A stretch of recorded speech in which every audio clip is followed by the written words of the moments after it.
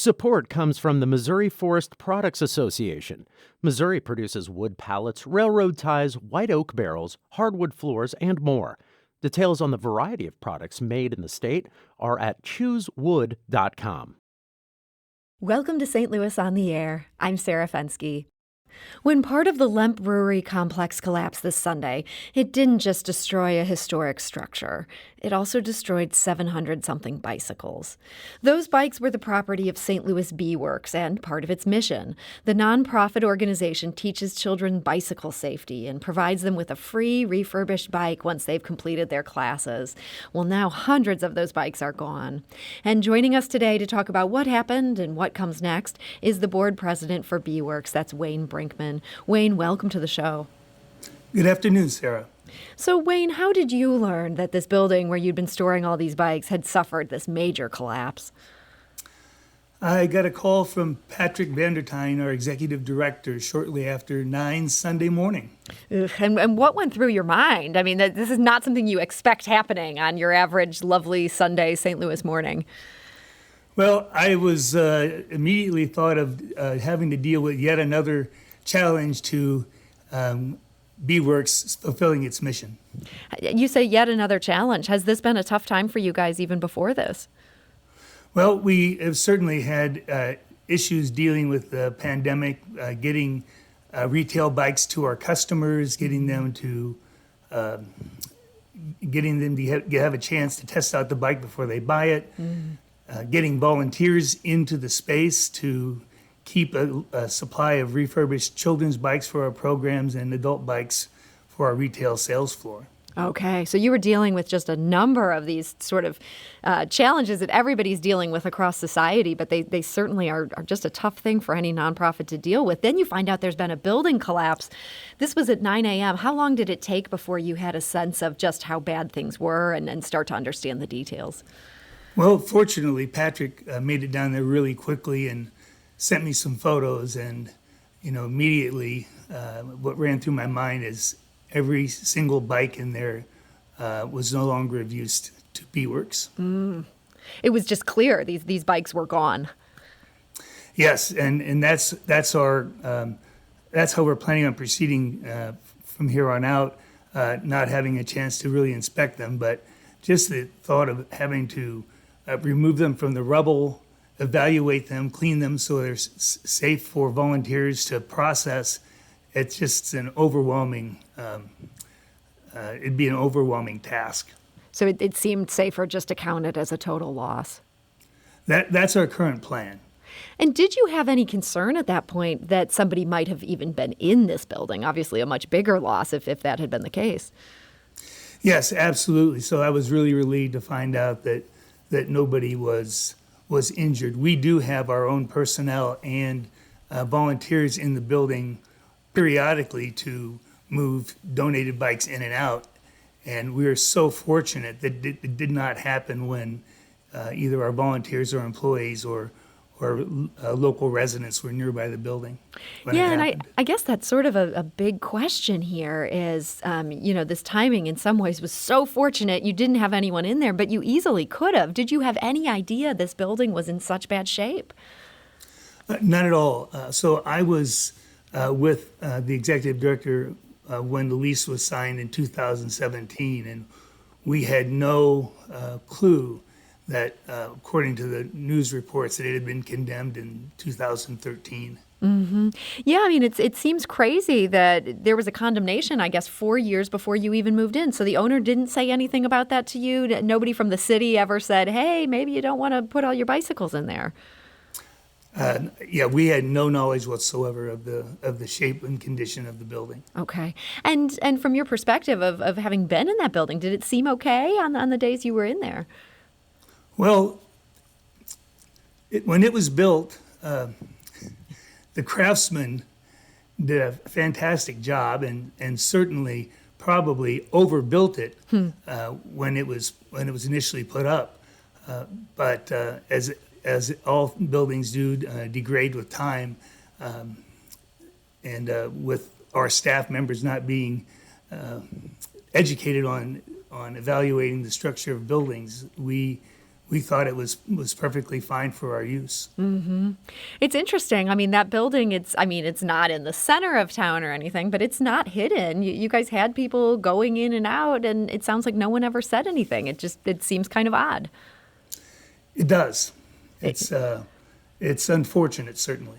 Have you thought about, have you since then followed up with this landlord that you had a lease with?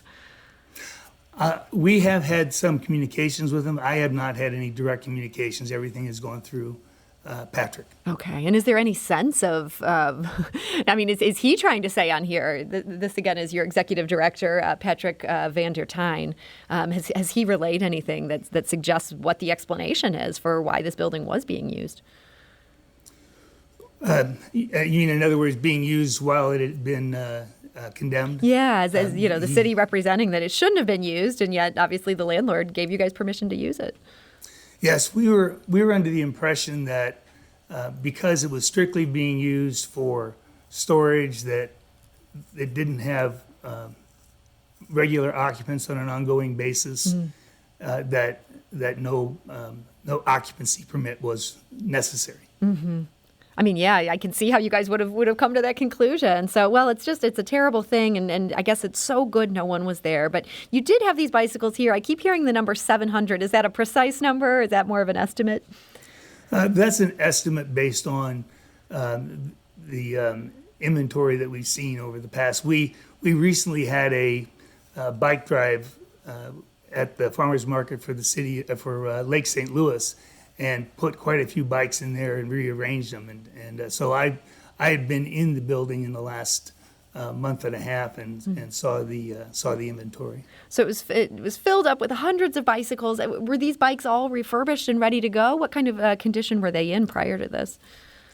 So the bicycles that were at the warehouse, probably 95% were as they were received. We had gone through some of the OFO bikes, the bike share bikes that we got a year or so ago, and those had been refurbished and stored there. But most of them were, like you said, just right as we received them, in a variety of conditions. And so, what would have been the plan for these bikes if if the building hadn't suffered this collapse? So, about 100 of the bikes were destined for our sales floor.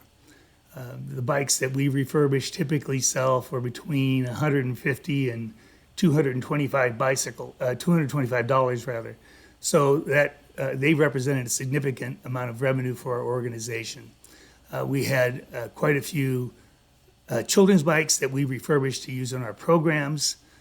We did get some bikes that aren't in good enough condition to be refurbished, and so we use those for parts to number one, rebuild some of the bicycles, and number two, we sell the parts for revenue to people to help them fix their bikes.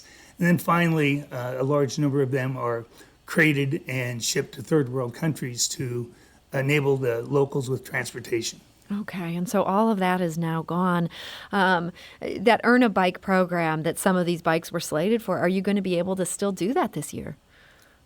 Well, because of the pandemic, we don't have any plans to run our Earn a Bike programs this year, but we are moving forward with plans to begin it again in 2021. Okay, so this won't change that. What about in terms of revenue? How big a loss of revenue is this, that these would have been bikes you'd be able to sell? Well, so 100 bikes at, let's say, $200 a piece is $20,000. So that revenue would have been used to, number one, pay rent and utilities. But we also use that revenue to fund one of the other programs we run out of our organization, which is the Earn a Computer program. Mm-hmm. So in the past, we've been forced to buy some of the monitors for our programs, and now that revenue is lost. Well, I saw a number of people sharing a fundraiser on social media, even already on Sunday night. It looked like people wanted to do what they could to help. Is money a big need right now, or would you rather just have an old bicycle? What would help you the most? Well, the challenge now with bicycles is not only do we lose close to 700 bikes, or right around 700 bikes, we also lost our storage facility. Mm-hmm. So we do have some ability to store donated bicycles today. We do have off-site locations that collect bikes for us, but money can be used for a variety of different needs in our organization, and that's probably the best option for people. Because you guys are going to need to find some new space and then find a way to pay for it. Absolutely, and we had really low rent at the last place, which was great. It was convenient. It's likely going to be difficult for us to find something that attractive and near our shop. Okay. So we'll need resources to help transport bikes. We may need to rent trucks to move the donated bicycles around, and so the financial need is the greatest right now. Okay. Well, St. Louis Bee Works, you heard it here. They could really use your help. Financial donations would be the most appreciated. I have to wonder, though, I think we did a show a month or two ago where we talked to Big Shark Bicycles, and they talked about how there's just such a huge demand for bicycles right now. Gyms are closed. We're all stuck trying to entertain ourselves. They said you can't come by used bikes right now, even if you want to. Is this just coming at a particularly tough time in that everybody's already hanging on to their bicycles and that, having this much inventory smashed, this is going to be hard to replace on a number of levels. Wayne? Hi, Wayne. I believe that we've lost Wayne. Yes, it sounds that we have lost Wayne. Well, that is unfortunate. That was actually my last question for Wayne, so I am going to just bid him farewell. We are so grateful that St. Louis Bee Works president of the board, Wayne Brinkman, was able to join us today. And we do want to encourage you, if you're touched by their mission, St. Louis Bee Works, you can find their website on our website, and our website is stlpublicradio.org, and they are looking for monetary donations.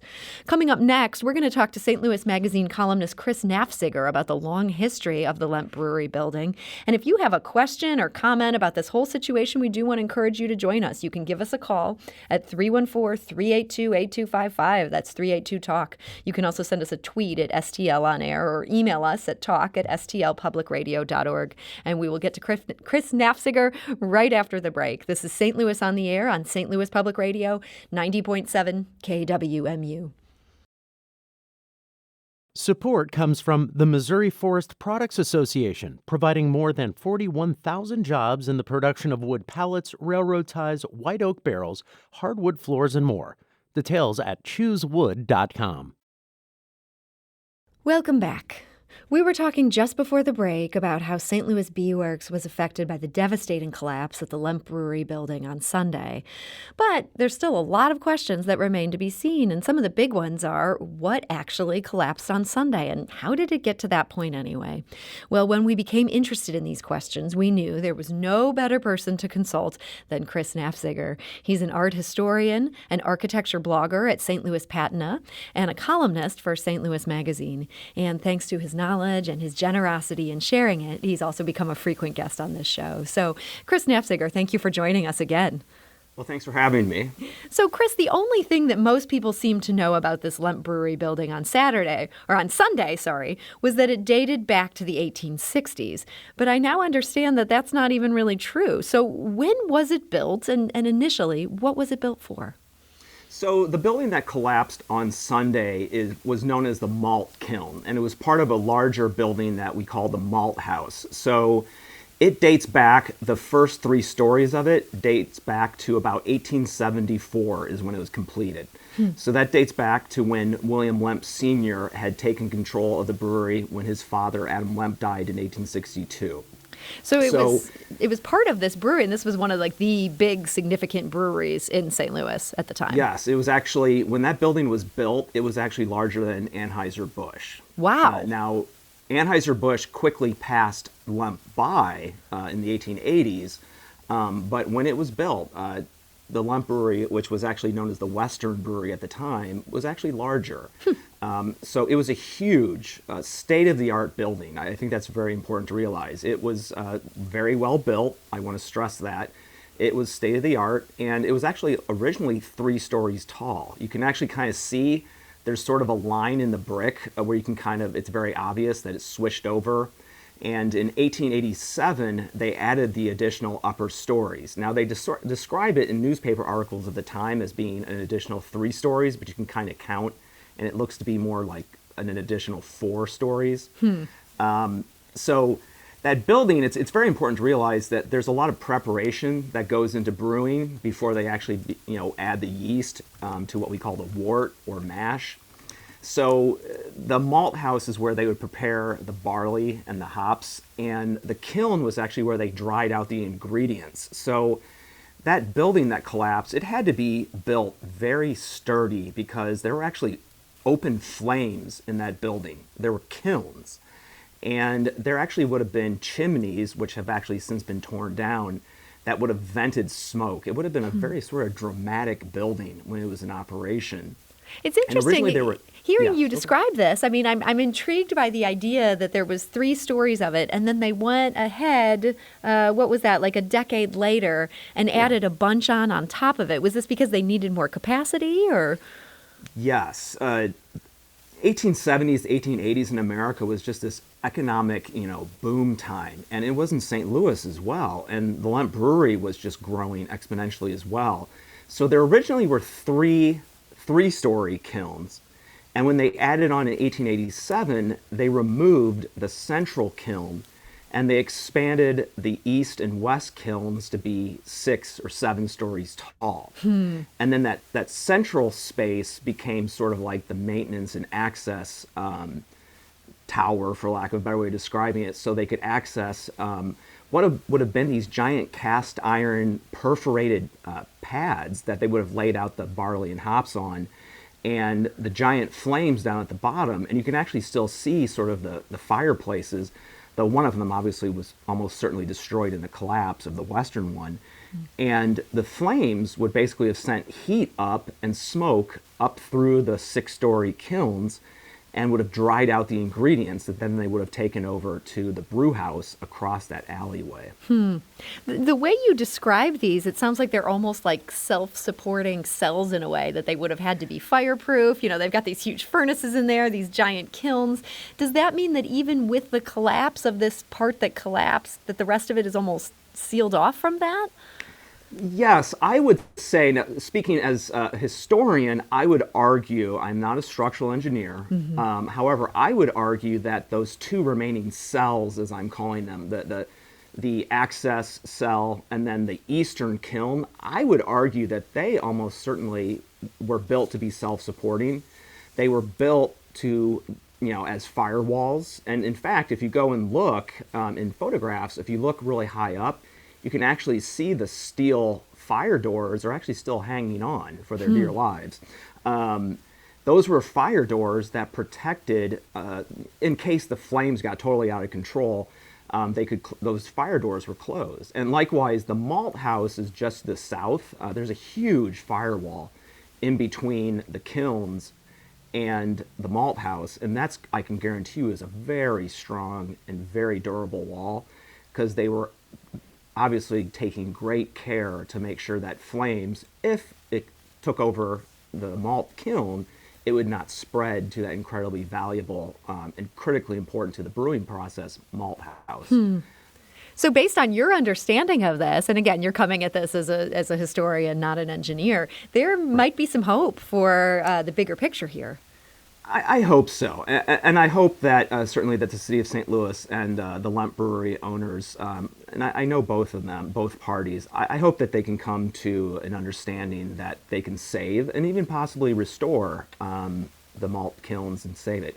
It's important to realize that the malt kiln is the oldest surviving above-ground structure in the Lemp Brewery complex. And in fact, it's probably one of the oldest malt kilns left in America.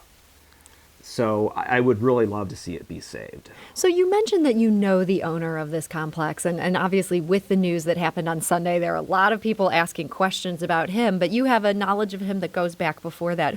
Who is he, and what was he doing with this massive but so historically important structure? So the owner's name is Shashi Palaman, and I've gotten to know him personally, and I've spent a lot of time talking to him, and his father, Rao, actually used to work for Anheuser-Busch. It's really a great kind of American story. They came from India, and, sort of the American dream. And I've heard a lot of trash talk about them, and I've gotten to know them personally, and they've talked to me passionately about their love of the history of the brewery and of the buildings. And, honestly, these are massive masonry structures, and they are not cheap to maintain. Oh, I can't even And- imagine trying to maintain something like this. Even a 100-year-old house is a nightmare to maintain. This is Yeah, 10 times that, more probably. That's very true. And it is the oldest building on the brewery grounds. You mentioned this trash talk, though, that has been aimed at this owner. Is that something that even predated this collapse, that people wanted to see him do something more with this? A great example is, so down at the corner of Cherokee and South Broadway, that is the Second Bottling House, a beautiful building designed by the very famous brewery architecture firm of Widman, Walsh, and Boisselier. Somebody was messing around on Google Satellite, and they noticed that the roof had quote-unquote collapsed. Well, in reality, what had happened is that, yes, it was not structurally stable anymore, so they had done a structural deconstruction. Well, what nobody tells you is that then the Palomons invested a huge amount of money, close to $1 million, if not over $1 million, reconstructing the roof. And they allowed me and photographer Jason Gray to go in there. And the roof that they built on the Second Bottling House is beautiful. It is stunning. They spent extra money on higher quality wood. And it's now actually, if you look at the licenses that have been awarded to medical marijuana growers, one of them has actually been issued to a company that's actually going to be occupying that building. So they are doing things. They are making efforts to find tenants. And, obviously with the pandemic, I don't know what the status is of the medical marijuana industry in the United States, or I should say in Missouri. Yeah. But there is a licensee that has been issued to have one of the largest buildings on the Lemp property go and occupy that building. And I saw the receipts. I saw the amount of money that they spent personally. As you say, they spent more than $1 million on this. Yes, I saw that. We're talking to Chris Nafziger. He's an art historian, an architectural blogger, a columnist for St. Louis Magazine. And Chris, it sounds like you're very familiar with these buildings. You've written about them now for years on end at St. Louis Magazine. I think in the last 3 years, this has been sort of a December focus for you. And you've been in there. It sounds like this owner has not at all been reticent to allow you in and to take a look around. Yeah, so basically, I think it was back in 2017, basically the Palomons would hand me and Jason Gray the keys to whichever building we wanted to photograph. Basically, the only restriction is that we couldn't go in any tenant space. And they said, go, take pictures of whatever you want. And we were allowed basically in every single building. We were allowed to go into all the cellars. We were allowed to go into the cave. And these buildings are amazing.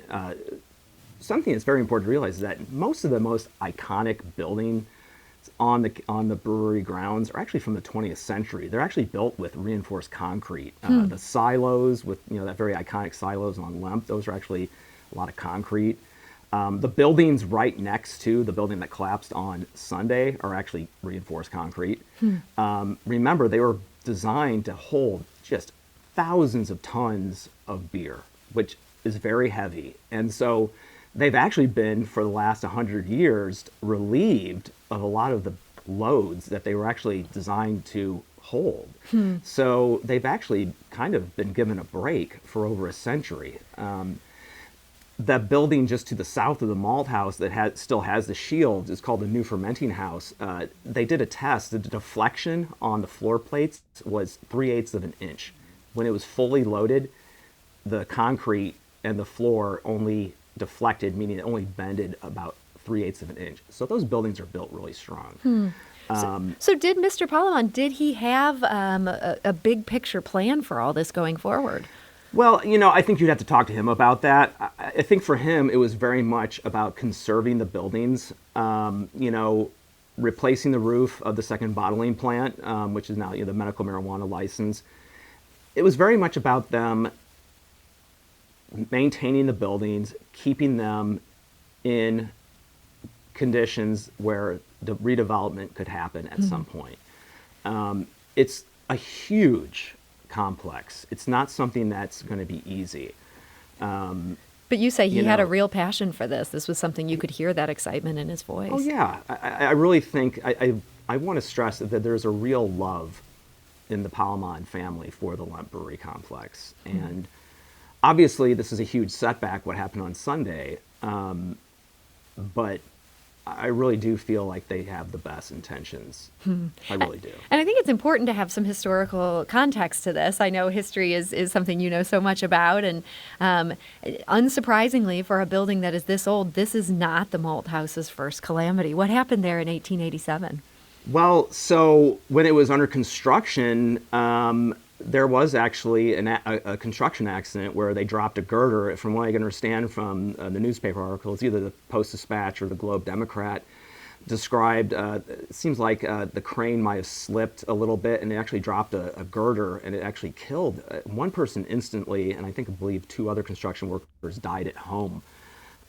So they're actually, it's not really related to what happened on Sunday, but Sure. yeah, there was actually a tragedy during the construction. I do It was find dangerous myself back then. wondering, though, related to what happened on Sunday. You mentioned they tacked on these 3 or 4 stories on top of this existing 3 stories. Is there any suspicion that maybe this wasn't a good idea, that you can't just go ahead and add a whole bunch of stories on top of the original design? Well, I don't know. And one thing that's very important is that if you look around the Lemp Brewery, in fact, actually, if you look at the I guess it would be called the new stockhouse. It's the building just to the east. It's that massive building right at that T intersection of Cherokee and Demon Hill Place. If you look on the back side of that building, it's actually incomplete. So we know for a fact, in fact, actually, the second bottling plant is also incomplete. So we have physical proof that the Lemps planned ahead to build buildings to be added on to. So I wouldn't discount the possibility that back in 1874, when they completed the first 3 stories of the malt kiln, that they did not build that building with the understanding structurally that they were going to add on to it in the future.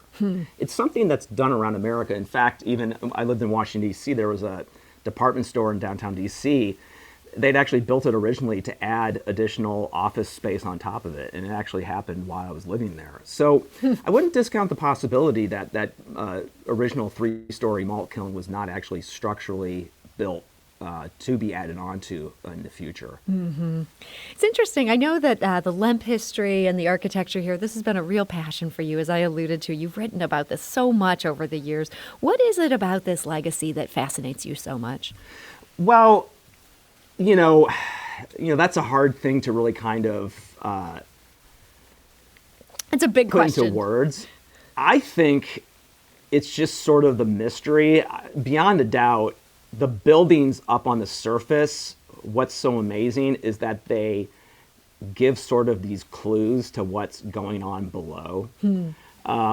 Many of those buildings, and this is actually something that one of the maintenance men remarked about, many of those buildings on the Lemp property go down as deep as they are tall. Now, that's not necessarily the case for all of them. Like, for example, the new stockhouse I just talked about actually only has 1 basement because it was built after the invention of refrigeration. But for example, the old fermenting house, it's 40 feet tall. It goes down 40 feet into the ground. It's as deep as it is tall. In fact, the malt kiln, malt house that we've been talking about for most of today, its cellars go down a good 50 feet into the ground. They're actually deeper than the famous cave. It's unbelievable. It's one of the most beautiful spaces in St. Louis. Wow. And it's perfectly preserved. It was even designed actually to be added on to. You can actually see there's a spot where the cellars end and it's bricked up, but there's this little portal. And you can look in there and you can actually see the quarry marks. You can actually see where they had stopped digging into the bedrock, and then they just put this little door on it.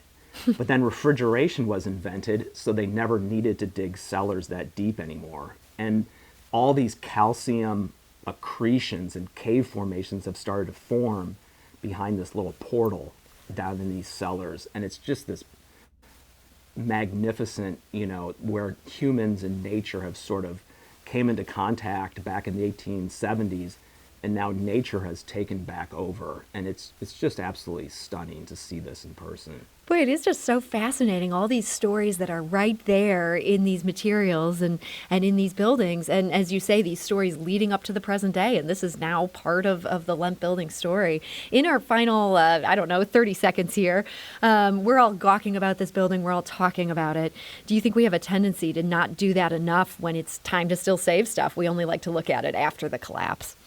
Well, definitely. I think the message I say time and time again, many people in St. Louis have stepped up. They've bought buildings that were in danger of being demolished, and they saved them. If you have the money, if you have friends, if you want to advocate to save buildings, you're the best person to do it. Don't wait around for someone else to do the advocating to save that favorite historic building of yours. And don't wait until after the collapse. It's too late then. Right. Well, Chris Nafziger, it's always such a pleasure to talk to you. Thank you for joining us again today. Well, thanks for having me. I appreciate it. And Chris, again, columnist at St. Louis Magazine. He also has a great architecture blog at St. Louis Patina. This is St. Louis on the Air on St. Louis Public Radio, 90.7 KWMU.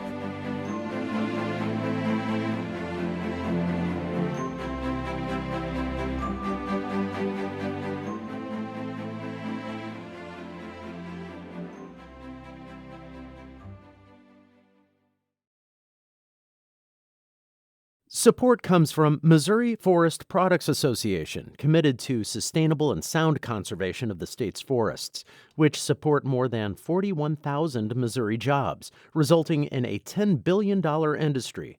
ChooseWood.com.